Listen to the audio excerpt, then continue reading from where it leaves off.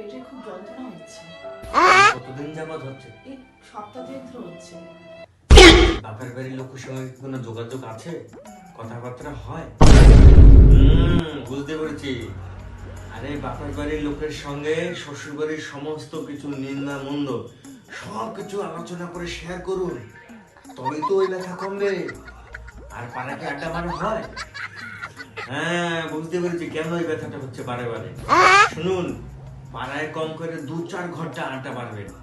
2-4 ঘন্টা আড্ডা মেরে এর ঘরের কথা ওর ঘরে, এই ঘরের কথা ওই ঘরে।